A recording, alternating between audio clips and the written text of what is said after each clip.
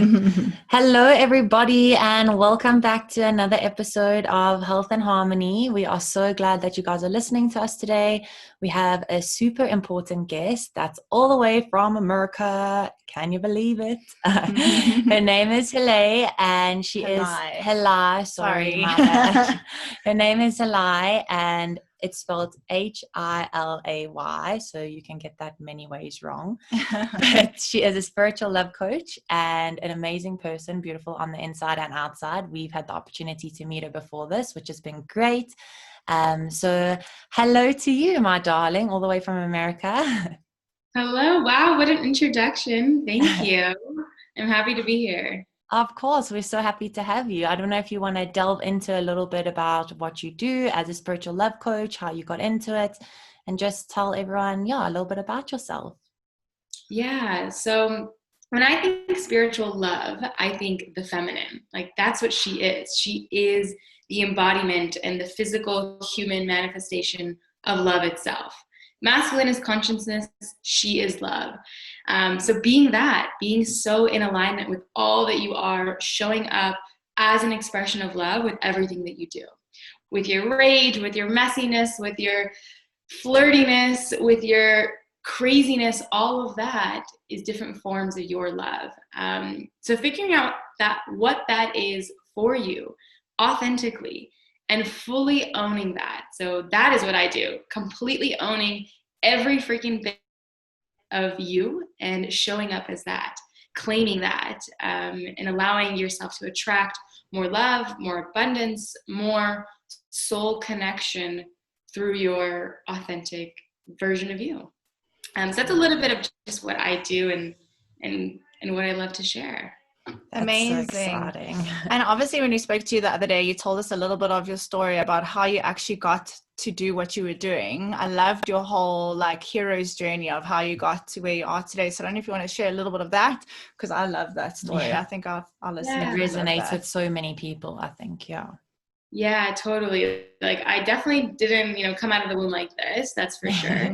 I came from the corporate world. So I was so proud of myself that I got into a corporate job. I landed in a sales position with very high profile clients. But within a couple of months of me getting into this world and feeling good about myself, I experienced some sexual harassment. And it was this in your face, right away. Oh my gosh, is this what I just worked for? Is this the direction of my future and how I'm going to be respected? And so within a few months, I was all right, it's time to get out of here. It's time to do something else. So I quit my job to travel, just to find myself. But of course, didn't find anything. I ended up working in hostels, working in restaurants, traveling and just really living paycheck. There's actually at one point in Mexico, my friend and I were charging $1 for a tour every day. That, making no money to buy a taco at the end of the day. That's literally living off nothing. Yeah. And I'm so happy I had that experience, that it wasn't I didn't find my purpose or calling, but that was the awakening to my spiritual journey and what this whole journey is really about. So I ended up going back to a corporate job after about 9 months of traveling and living off nothing. And then once I was there, I realized okay, let me get myself into something I care about. So I started in the health and wellness, fitness, nutrition, did all of that stuff, but was realizing that the more that I study the technicality of working out and nutrition and eating, I just didn't connect with it. None of this stuff matters if you hate yourself inside. Mm-hmm. Everything that happens outwardly is just a manifestation of what's going on. Bloatedness is a manifestation of what are you clinging on to? Not being able to have flowing digestion is what are you not able to release and let go of? All of this is energetics. And so, I found myself going more into spirituality and mindset, and then further narrowed down into the feminine itself. Now. But it took a while to get here, but this is definitely exactly where I'm supposed to be, and it feels good to be in this space. That's amazing. I think you always know when you're supposed to be doing what you're supposed to be doing, because everything just falls into place the way it was supposed to. You went on your journey, and I think that's what Rox and I resonated with you, and we were like, everyone goes on these journeys where you're like, I'm going to find myself, or the intention is to find yourself. And it's never really when the intention is that it happens. It's usually after that. I think for a lot of people, some people go into like traveling or a different job or whatever, and they're like, I'm going to go find myself, and it ends up being the complete opposite of what you ever imagine. And usually when you get back, or something that happens after that, you're like, that was actually what was supposed to happen, and now I'm where I'm supposed to be. And then you're able to do what you love. And I think with you, it's also amazing that you've gone through this whole process and ended up where you are now, and to be so content within yourself, I think is such an inspiration to people that do still have the corporate jobs and are wanting to move towards doing something, whether it's for themselves or for other people. I think a lot of people are just like, I can't do it, I'm in corporate, so it's going to be too difficult for me. And I mean, look at you. How long did it take you? Yeah, and it is difficult, but it's one of those things like, how bad do you want it? Like, is it worth it? Is your life worth it? And it's a testament to yourself, proving to yourself that it is worth it, and it's going to be hard. But there is a time where everything is just that much better. So I encourage it so much. Like, even if it's something that you do so part-time and you barely even scratch the surface for a year, which was exactly what happened for me. It took me a year before I could actually even like consistently get clients. I was always making like little things here and there. But you have to do it at some point, and you have to take the risk. Otherwise, it'll never happen. Sorry, carry on. You go. No, I was going to say, I'm busy reading A New Earth by Eckhart Tolle, and I was reading a part this morning about finding your purpose. And I think where a lot of people go wrong is searching for a purpose that's outside of their like love and their joy and the things that they find fulfillment from within, because you were saying like you have your inner purpose, which for everyone should be being more present and like the awakening. And once you are more present and you know exactly what you love and desire and stuff like that, then you can only start to realize what your outer purpose is, because you connected with the inside. And I think that relates back to probably what you specialize in as well, because you're helping people to, correct me if I'm wrong, but you're helping people to find themselves and love themselves so that they can now make themselves happy on the outside. Yes. 100%. That's funny. New Earth was the book that was handed to me when I was in Mexico and I had no idea what I was doing, making no money. My parents weren't even talking to me at that point. They were so mad that I had given up everything, given up this career, and I was making a nice home in San Francisco, like away everything for nothing. And I think I told you guys on our call, my parents immigrated also to the US. So for them to have their daughter going to a third world country after they had escaped Afghanistan to make their way to America was like actually a shock. But yeah, you're so right. So much of the purpose is what's like the joy and the pain inside, and then go from there. It's nothing outside of it. I love that, the joy and the pain inside. Yeah, it's not all smiles and rainbows. Exactly. And tell me, like, so say I come to you as a client, right? And I want to start working on myself. Like, what are the first few steps that you have to take? Like, you sign up with you, and then, like, where does it go from there? Yeah, so I like, in some sense, interview my clients just as much as they choose me. I want to make sure that they're in, because this journey is something you have to commit to. Like, I make sure, are you ready to get uncomfortable? Are you ready for things sometimes feel like they're going so wrong in order to get right? Like, you have to let go of things. There's no more room in your body to keep stuffing more newness and more happiness. Like, are you really ready to let go of some of the shit that's buried in you? So that's first. And a lot of times in the journey, it starts off with some of the harder steps. So the first few sessions are so emotional, and you're getting all these cries out of your system that you probably have not had in decades. Stuff that you repressed as a child, that you repressed with your first love, that you repressed with your first failure and rejection. All of that will come to the surface and be released in order for you to have room for the joy. So first, making sure that people are on the same page about that. And then secondly, okay, well, what is it? What do you think is holding you back? Okay, now let's go deeper and let's see what's actually holding you back. Because the conscious and the subconscious, unconscious self are so different, but by at least owning up to the conscious mind, you can kind of trickle down into, okay, what's really underneath that? Amazing. And do you use a lot of like NLP and hypnosis techniques? Because I know we have a friend, she doesn't do what you do, but she is a mindset coach. And I know she uses a lot of those techniques, and she's done it with me. And it's amazing because, like you're saying, a lot of people kind of cut themselves off from their subconscious mind, but that's where all the information is that you need to access in order to heal, in order to move on, in order to be better. So what kind of techniques do you use with your clients to break that barrier? Yeah, so it is hypnosis, meditation, NLP practices. So getting out of your logical mind and going into your body. So we'll check in where are the feelings in your body, really bring all your awareness to that feeling. And when you put your attention on like the pain point or the tension in your body, you'll get like these visuals or this memory or just like even a color that shows up. Like, okay, let's go in there. What is it? What are you seeing? What are you feeling? What are you hearing? And we all have different senses that we connect most deeply with. So some people will like hear a voice. Some people will see an image. Some people will get like this sensation in their body that's like a yes or a no or like a disgust. And just talking me through that. Okay, own up to that. Make everything real. Acknowledge all of it. Because so much is happening. Like right now, we're sitting here. All three of our bodies are just insanely energetically alive right now. Uh-huh. But we're so focused on what's happening here that we're ignoring everything else that's going on. But in this session, close your eyes and just say, okay, what's going on inside? How is the energy flowing? What's happening?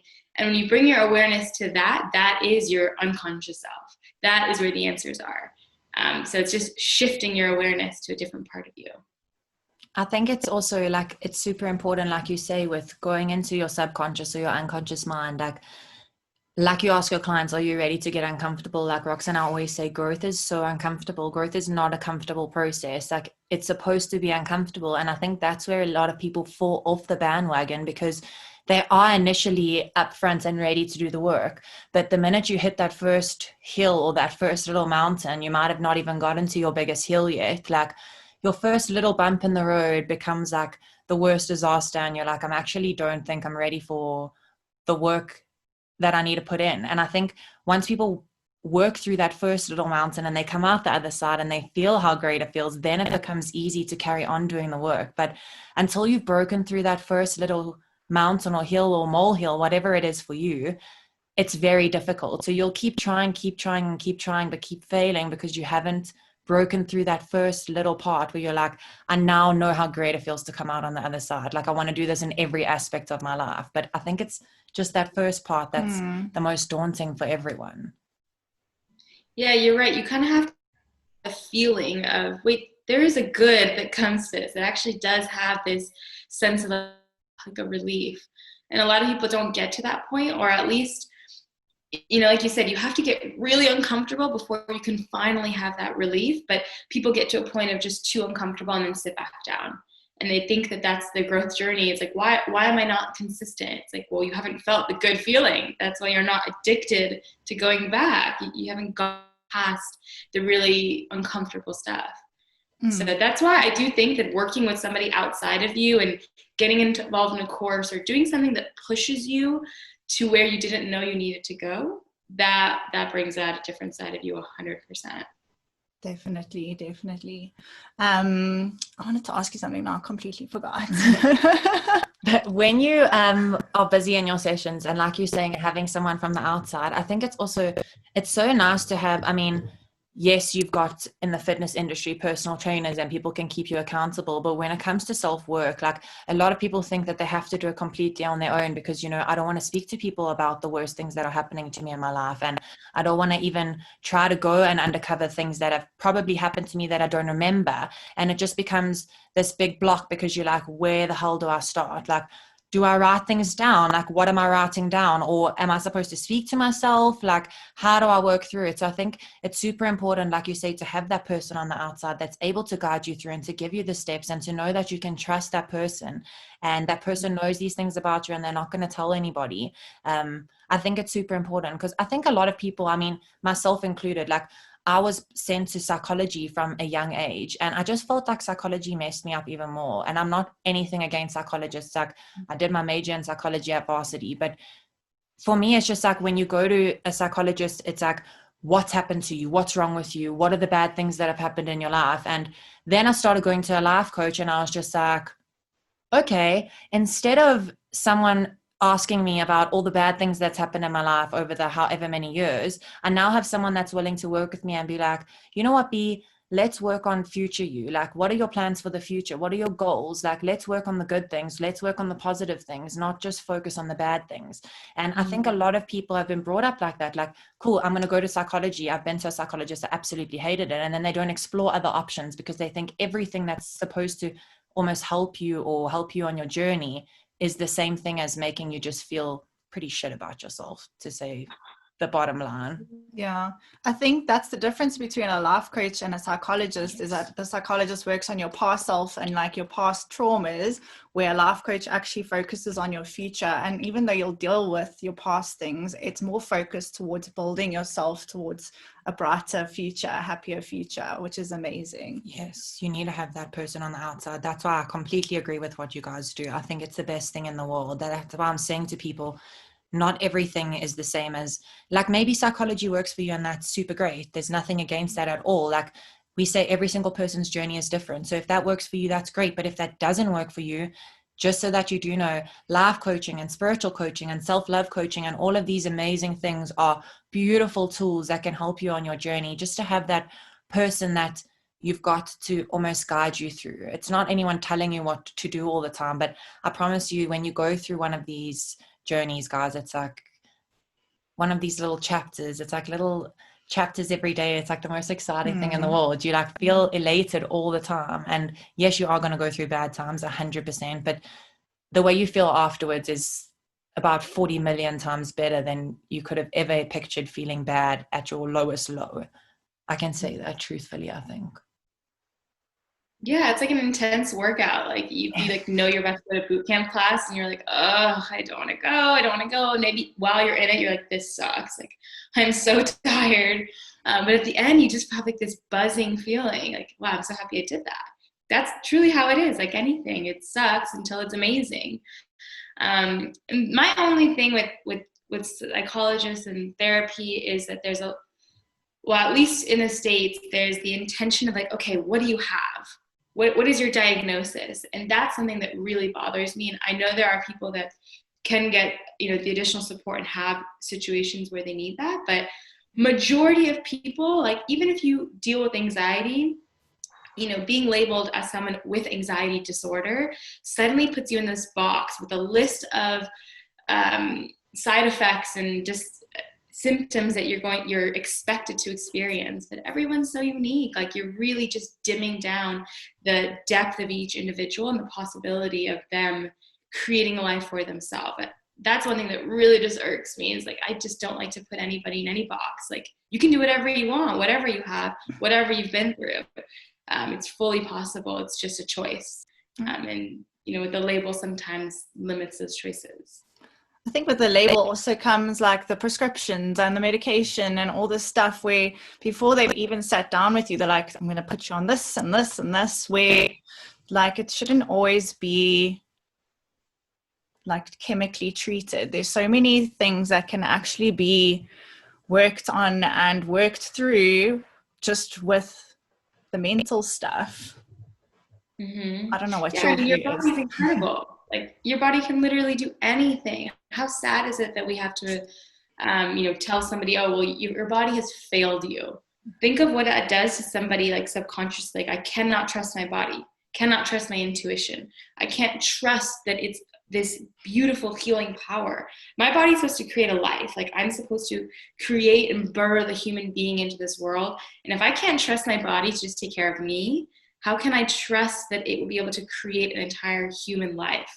So we're really getting rid of our very just innate powers as creators when we are relying on these outside sources. Like, it's nothing outside of you. You're born with this capability, and there's nothing that your brain needs to tell your womb, like, okay, today we need to make sure that we give this much water and nutrients. It just does it. And we need to remember that, like, whoa, how cool. It's no effort. So that is a huge thing for me, is that reminding ourselves that we have all the answers already. And something you said, sorry, to go back to in the beginning, sorry, just stood out for me when you're saying like bloating is a manifestation of, I think you said, holding on to things. Mm-hmm. I mean, we have a friend who battles with her skin, and I was saying to her, I was like, it could, because she's tried changing up her diet, changing up her skincare, changing up everything. And I said, it might actually be something that you are holding on to emotionally, that is flaring up in your skin. So I find that topic very interesting, because I know a lot of people who have had issues, be it skin, hair growth, psoriasis, whatever it is, that have managed to actually get rid of this clinical issue through emotional release. Yeah, I went through a phase. So when I went back to after traveling, went back to my corporate job, or different corporate job, I had this like horrible IBS for months. Like, it was just giving me so much anxiety. And that's the sad part about IBS, is you have anxiety about having it, and then you have it and it creates more anxiety. So it's this endless loop. But at that point, I was really, really struggling with what's next. Like, I'm letting go of this freedom, but I'm also entering into this work world that I'm not happy with. And everybody wants to say, okay, take this medication or put yourself on this diet. Your body's speaking to you. It's not supposed to do that. It's not wanting to cause you problems. It's asking you to stop, slow down, and listen.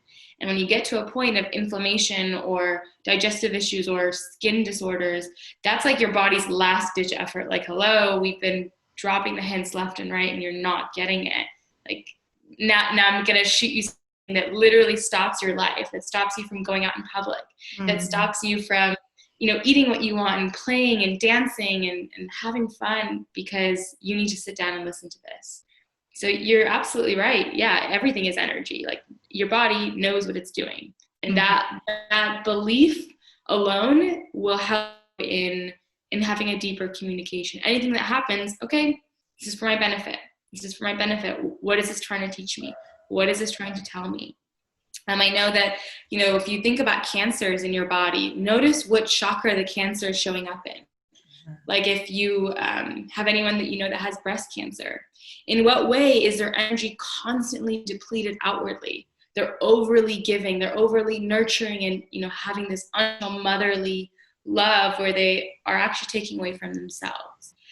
So that will ultimately manifest into like a cancer in that part of their body that's saying this energetic space feeling just overwhelmed. It's over depleted.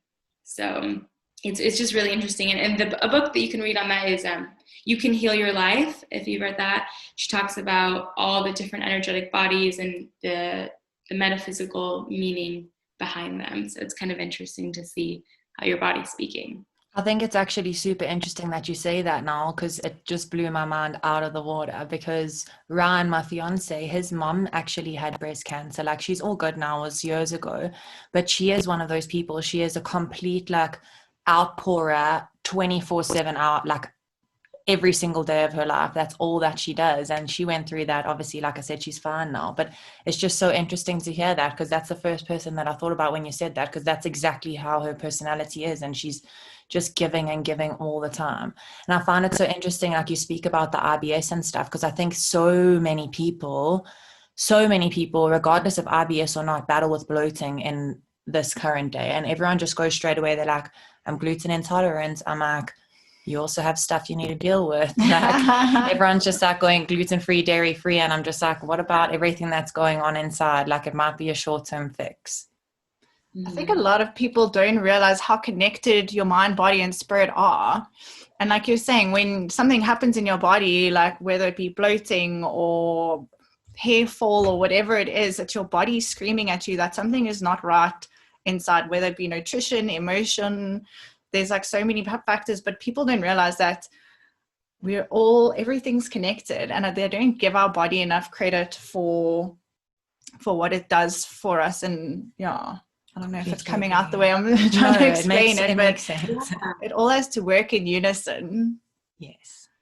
It so is. Yeah. And as long as we just honor that and we recognize that, then things will make sense. And I think that's where the feminine comes in, is that we have this beautiful connection to our intuition.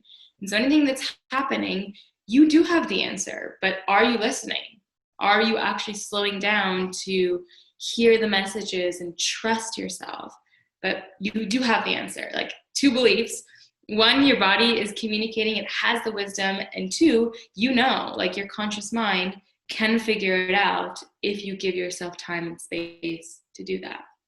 I think that's a super interesting point to bring up, because a lot of people are like, when you're not connected or don't believe that your mind and body are connected, because a lot of people are still like that. They believe there's no connection, or maybe there's a slight connection, but there's not enough connection for your mind to cause illness in your body.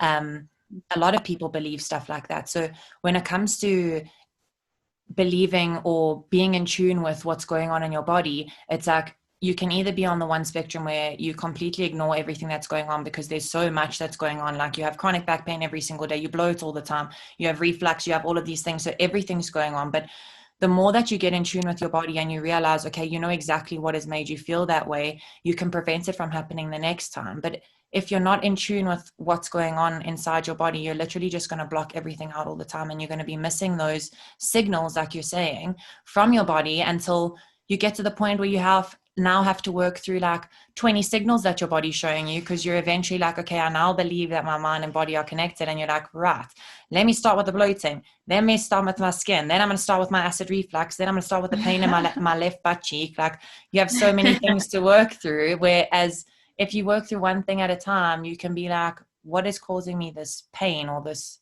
uncomfortability, if that makes sense. Mm-hmm. Yeah, you're right. And the thing is, a lot of people like to see life, or I don't know if they'd like to, but they think life is so random.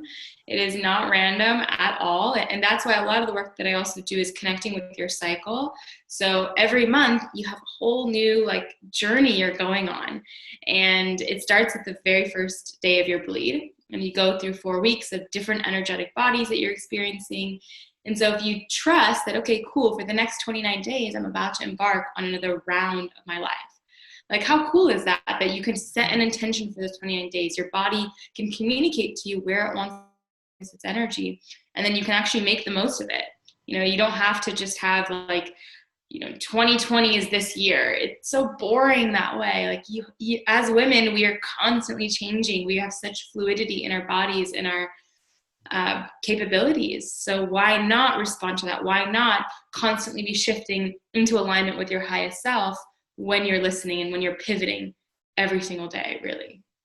My favorite I was word. going to say Rox loves the word pivoting. That's why we both looked straight at each other. She loves the word pivoting. But I love that you brought up periods, because I think it's such an important thing as well. I mean, we were all, especially you in feminine spirituality, like we were all kind of brought up not to speak about our periods. Like it was like gross. taboo, yeah. Like why does anyone speak about their period? Like my fiance, even when I started posting, so I was posting a while ago about endo on my page about endometriosis, and then I posted the other day about these menstrual cups, and my fiance was like, babe, did you just post about your period? Oh, and I posted about Roxy's leggings. I was like, which leggings should I wear? Because I'm on my period. Like, I don't know which ones to pick. On my story, I put like a little poll, and Ryan was like, did I just hear you asking people about what color pants to wear on your period? I was like, yeah. And he's like, okay, fair enough, love. He was just like, just wanted to double check. And I feel like if this was like 20 years ago, someone would have been like,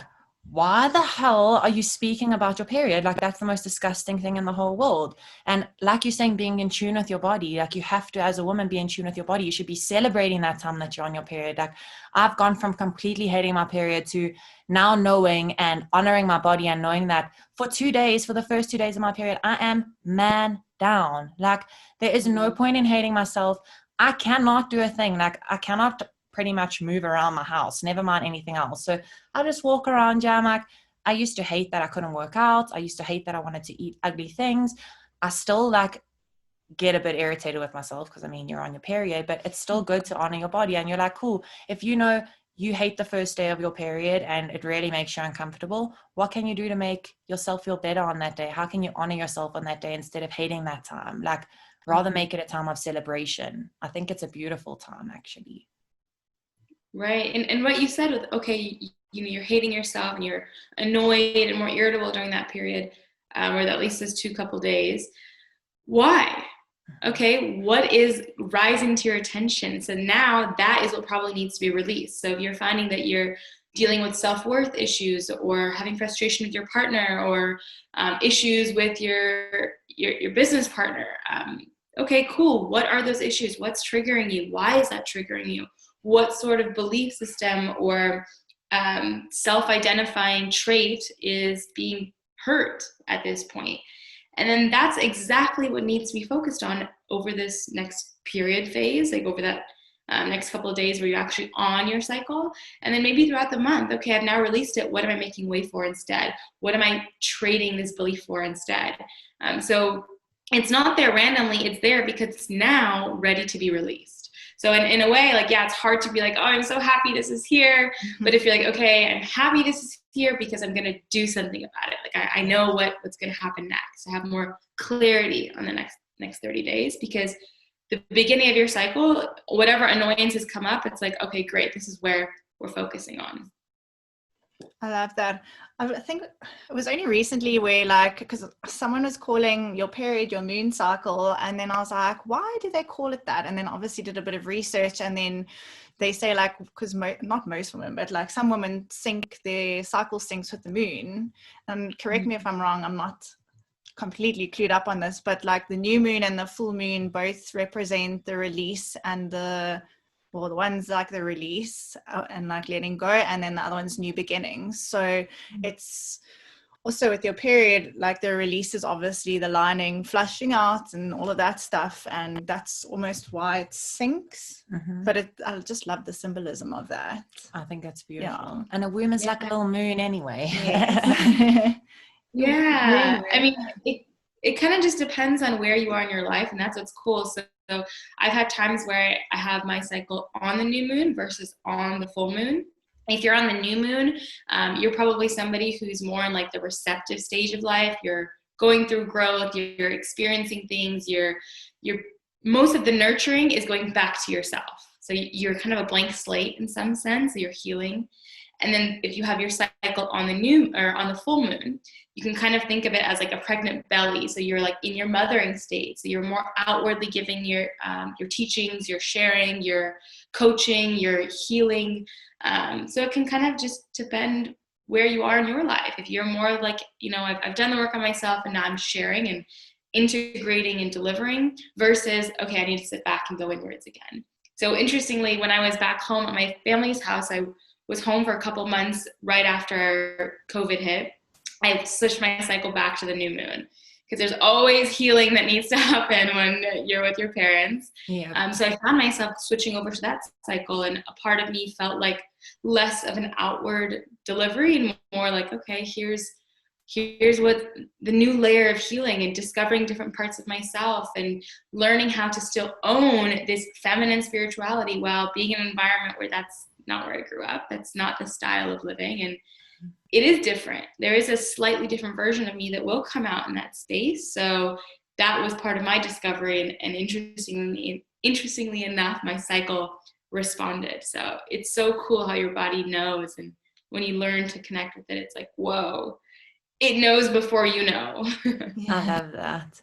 And I wanted to ask you, I know this might seem like such a random question. I don't even know if there is an answer for it, but like you were saying about, so the first 2 days of your period, say you really don't like them or you feel uncomfortable on those days, whatever the things are that come up.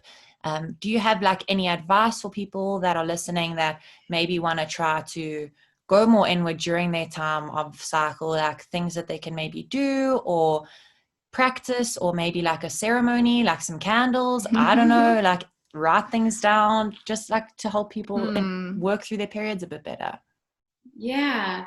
So things that come up. So the best thing to really do in this phase is connect with other women who are on it. So that's why we naturally start to sync up cycles when we spend so much time with other women, because there is this powerful intuitive connection that we get when we acknowledge and say things out loud.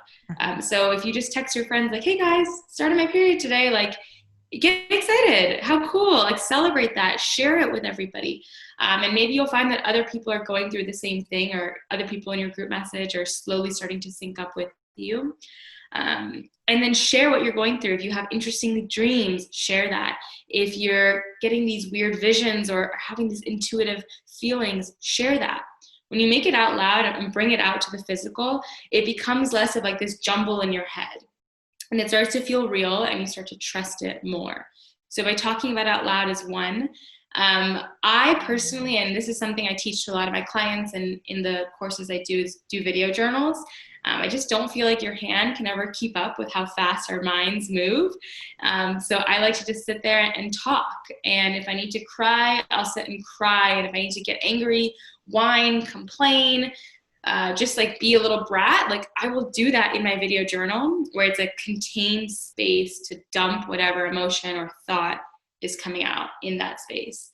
And it's really cool just because you can even watch it back and witness yourself experience these emotions. It's like, whoa, that's me. Like, I love her. Like, you have compassion for yourself. And so it creates this really cool self-loving bond, and helps you see like versions of you rather than, oh, this is me and that's just it. Like, no, there's pieces of you, and you are a multifaceted soul at any given moment. There's so many pieces of you that show up, and when you can look back and witness a piece of yourself, and then you start to realize that, okay, that I'm not stuck to any one identity.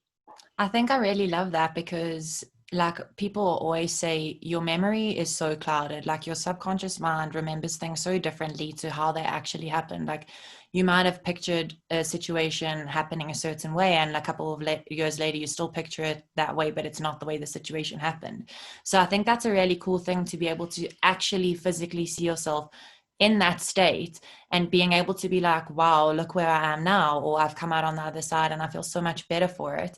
And I've actually never heard about people doing video journals, which is really cool, because some people love to write and some people don't. And I think that's a really cool way for people to just sit down and be able to be like, I have word vomit, I'm going to get it out now, let it all spew, and literally just speak about all the things you need to speak about. And like you were saying, speaking to other people. Like, I don't think people often enough speak about what they're going through during that time. It's like a time where you almost become a little hermit crab, and you'll like rather just be on your own. And I think that makes it so much harder. And even with the syncing, like Rox and I are together all the time, so we've synced. So it does we've synced, yeah. And I'm like, with always the closest females in my life, I always end up syncing my periods with them all the time. So it definitely is a real thing. Definitely. Mm-hmm. Yeah, it's like, have you guys heard of the red tent at all? No. Yeah, it's just like this, basically in like older times when society was run on the feminine spirituality and the feminine itself, women would all get together when they were menstruating, because that's when you have like a deeper connection to spirit and a deeper sense of intuition. So they would all talk about, like, in this private like red tent or whatever society they had. I think the red tent itself is a fiction story, but they would do these practices where they would isolate from all society, so get away from the normal world and really connect to the spirit realm. And whatever sort of intuition and messages and visions would come to them, they would put like the pieces together and ultimately figure out if there was like danger coming for the village, or if they're approaching a drought, or any sort of service that they could offer to the community. They would come back and be like, okay, here's what we need to do. Or if someone was sick, they would find out through their intuition what sort of healing method they could offer. So we have, like, how cool, we have this. And when we're together, we can really come together, and the answer is there, because we are so united. We are really one. So yeah, having that little mini community in your own world is totally possible. It's just, it's okay to isolate from regular world for a little bit and get into this woo stuff for a little bit. I was going to say, we should start red tents Yeah, red tent sessions, like in real life these days. Why are we not having red tent sessions? People should be coming together now. Like, I feel like that's a new thing. Every new episode we want to start something new. Now we want to do some red tent sessions. Yeah, no boys allowed. No boys allowed. I want to touch a little bit on intuition, because that's something that I have been feeling very connected with lately, because I've been on quite a deep soul searching, connecting with myself. And I find that I kind of can predict things that are going to happen. And when I listen to my intuition, it's the best thing, because nothing bad happens after that. And not that it's hectic things in life, like it's maybe I should message this person because I'm thinking about them, and they actually turns out they going through a tough time, or they needed an access code for the gate, or like whatever it is. I'm just like, I'm so interested in this intuition, because I think it's a topic and a thing that a lot of humans, doggies a lot of humans don't even know is a thing. They don't know how to connect with it. So I don't know if you have more like advice on how people can be more intuitive and connected with their intuition. Yeah, can I pause 1 second to make sure the dog? Of course. I don't want to. No problem. The dog's issue. We always have pups, and it's so chilled. Yeah. We had pups barking in our, not last episode, the one before. Mm-hmm. And always probably will have. Yeah. We're dog friendly. Yeah. This is a dog friendly it's a pupcast. A podcast. Pup friendly podcast. Shame, I feel like she should have brought the doggy on. I know, I'm like, now I want to see what kind of dog it is. What's its name? Is it a boy or girl? Give me the answers. That was like the dog we met the other day, Spirit. Oh, yeah. Can't stop thinking about her. Well, we're never going to see her again. I know. Let's just go to the gate.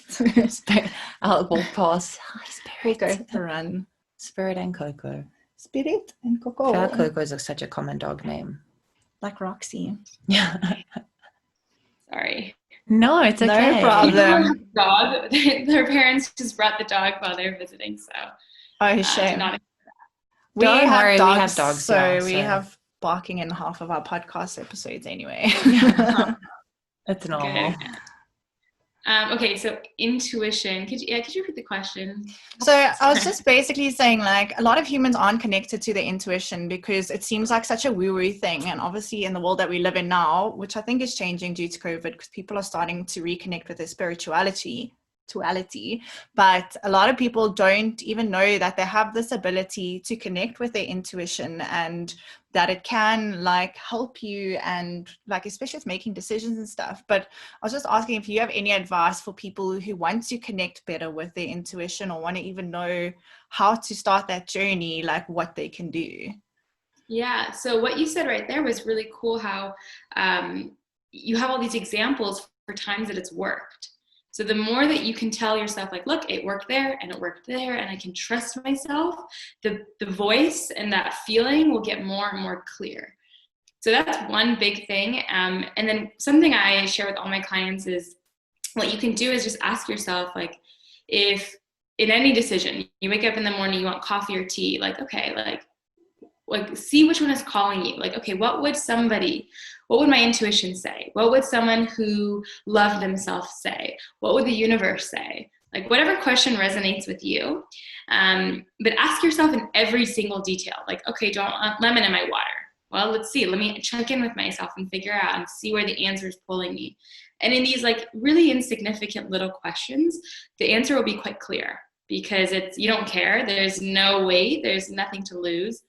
And over time, you can start making those bigger decisions, and you will feel it.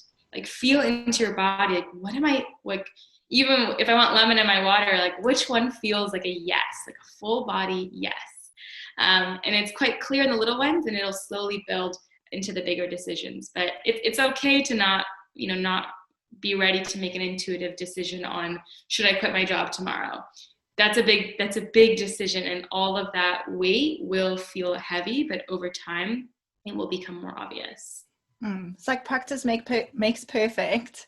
And also, like, I always compare these kind of things to like a muscle. If you never use it, it's going to be weak. It's not going to be able to do much. But the more you use it, the stronger it gets. So I like the practice with the little things and then move to the bigger things. I love that. I think it's also, in a sense, like learning to trust yourself. Like when you create that relationship with yourself and you realize that you are able to answer these little questions about yourself eventually, then it becomes easier to trust your gut with the bigger choices or the bigger decisions that you have to make, because it becomes so easy for you to be like, I know exactly how that makes me feel. I feel uncomfortable, or I feel anxious, or I feel like that's a, as you say, full body yes. But at the beginning, when you start, if you're not asking yourself those questions, it can be super overwhelming, because you're just like, my whole body is just feeling, I don't actually know. I'm just super indecisive. And like you say, just those little increments of little questions and just going, hold on, actually, how does that make me feel? Or how am I feeling? Is my body wanting to do it or not wanting to do it? And then building that trust with yourself where you can eventually be like, I know straight away how that makes me feel. And I think that goes straight back to the connection between the mind and body, because learning to trust your gut. Like a lot of people overthink things so much that they end up going with what their mind had chosen, and they were like, I knew in my gut I should have done the other thing, because we overprocess things so much instead of just going with exactly how our body felt about that decision. Because I think everyone just thinks that what's going on in their head is better than what's going on in their body, until you realize that everything is connected. Yeah. Right. Yeah, I think there's this a study that says within the first 5 seconds, that is actually your impulse. That is your intuition speaking. Anything after that is old programming, like your childhood programming, stories, past experiences, recycling itself. So it's whatever is the first 5 seconds, that's your answer.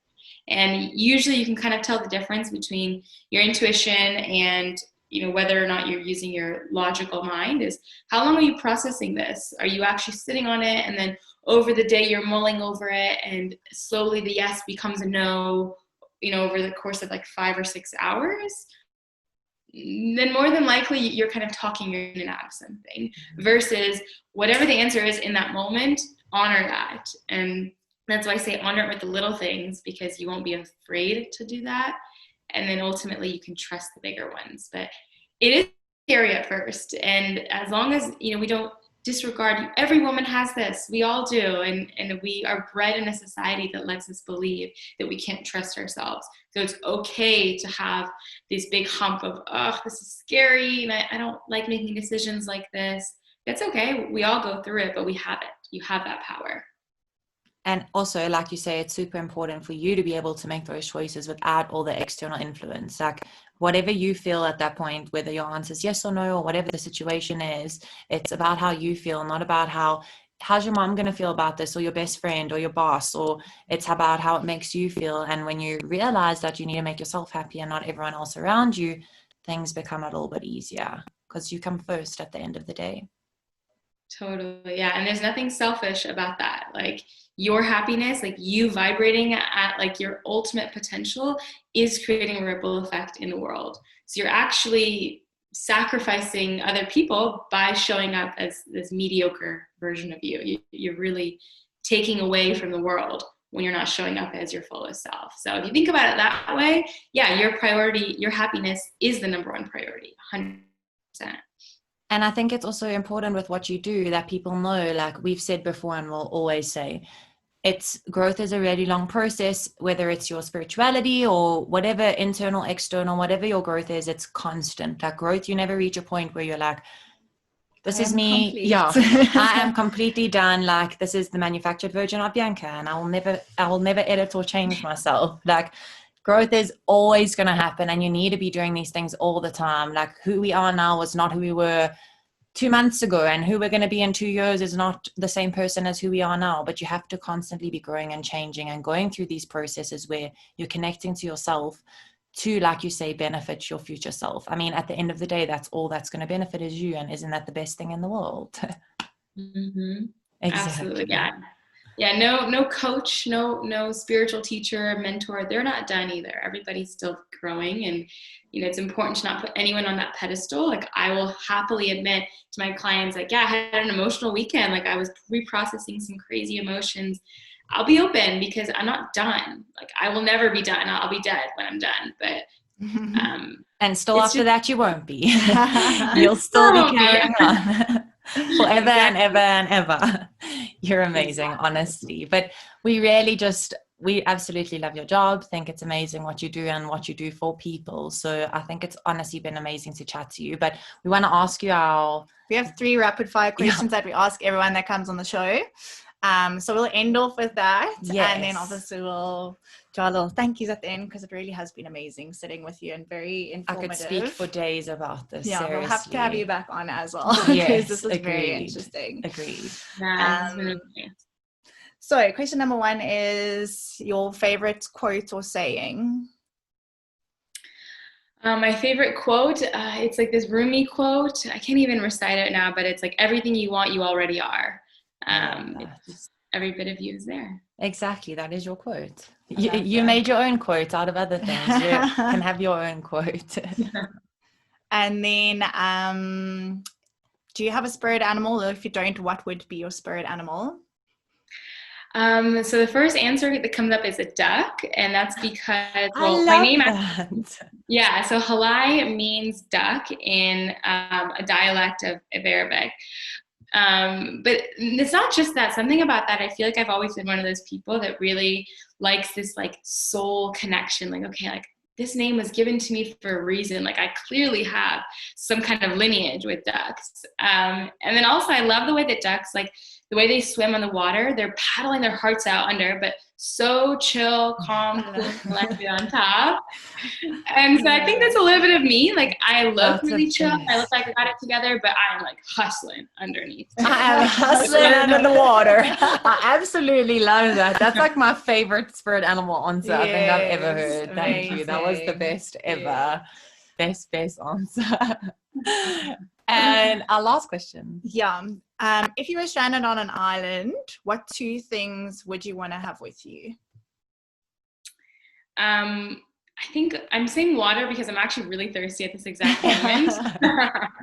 But the second answer was really just friends. My biggest thing in the world, I think, really, and the saddest thing is seeing lonely people. Like connection and having loved ones is hands down the best part of this human existence. Like you learn so much about yourself. You get to be whoever you want with so many different kinds of people. And yeah, friends, like connection, love, like that is everything. If that's the right answer, I don't know. No, that isn't right or wrong answer. Yeah. I was going to say, actually, I was listening to an Aubrey Marcus podcast yesterday, and you're saying like the number 1 killer above everything, above like cancer, smoking, like lung disease, whatever, is loneliness, but not like physically being lonely, is the perception of loneliness, which is even scarier because people can have people in their lives, but they still don't feel like they have people they can connect with. So I love that answer because it's so important to have connection as a human being because we're social beings. Yeah, nothing else matters. Once you have that, it's like truly, I don't need anything else. Like that's the goal. I got my friends and I got water and I got everything I need. Literally, I'm ready to go. I can spend forever here.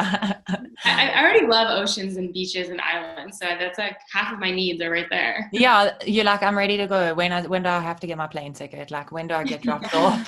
Well, we're going to Bali next year. All of us. So. Everyone's going to Bali next year. Get our beaching on. Yeah. But anyway, honestly, thank you so much for speaking to us today. It was so nice to chat to you again. I know everyone is going to absolutely love listening to you. If you guys would like to follow, we will put all the social media links and everything in our show notes so that people can give you a follow. And then your email address and all of that, if people want to pop you an email, maybe they want to chat to you more about what you do and maybe how you can help them. So yeah, we'll put all the information there. But like we said, thank you so much for being on our show today. It was honestly so nice to speak to you. You are an amazing person. And if you guys aren't following her on social media, you have to. She's just as beautiful outside as she is on the inside. And she has a lot of insightful stuff on her page. So definitely check her out. And we will see you guys in the next episode. Thank you guys so much for coming. Thanks, God.